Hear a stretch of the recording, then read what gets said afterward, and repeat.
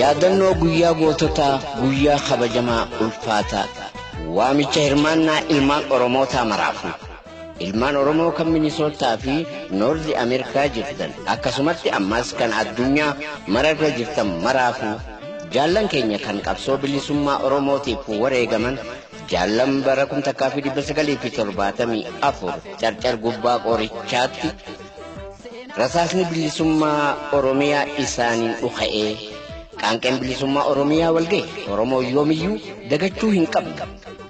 Kanaafuu yaadannoo guyyaa goototaa guyyaa kabajamaa ulfaataa kanarraa akka qooda fudhattan waamicha kabajaa isiniif goona. Guyyaan yaadannoo goototaa kun fulbana 9 bara 2017 waaree booda sa'aatii takkarraa hamma 6tti gaggeeffama.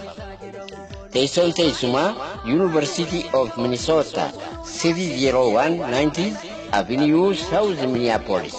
Akka dhuftanii qooda irraa fudhattan waamicha kabajaa isiniif goona.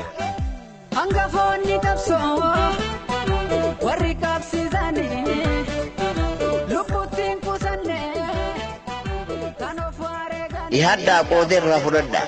Yaadannoo guyyaa goototaa tun guyyaa hayyootaa fi qabsaa'onni akkasumatti xiinxaltoonni siyaasaa irratti hirmaachuudhaan murruqii shanyiidhaa tan diinni naasuu dhablummaadhaan uummata keenya irratti geggeessaa jiru kana wal mariin furmaataa ittiin godhamtu.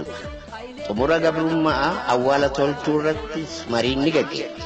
Kanaafuu Oromoonni dhiheenya jirtan martinuu akka dhuftanii qooda irraa fudhattan waamicha kabajaa isiniif goona. Mutama hawaasiif jaalma garsaa baree Haji Adamsaa doof kan akka Useen Bulee nadhii gammadaa fi kan akka boruu dinne goota kanaa damne mee akkamiirra walii galuun ni beediinaaf garaasa diinaaf karaa bannee diinaaf karaa bannee. Namne gootas wareegama hedduu baafne kan falaa jirra falmachaa jirra nu warrallee namne waadaa seennees nuti galmaan keenya saba keenyaaf lubbuun baatus lafeen boba'us qabsicha galmaan keenya lubbuun baatus lafeen boba'us qabsicha galmaan keenya.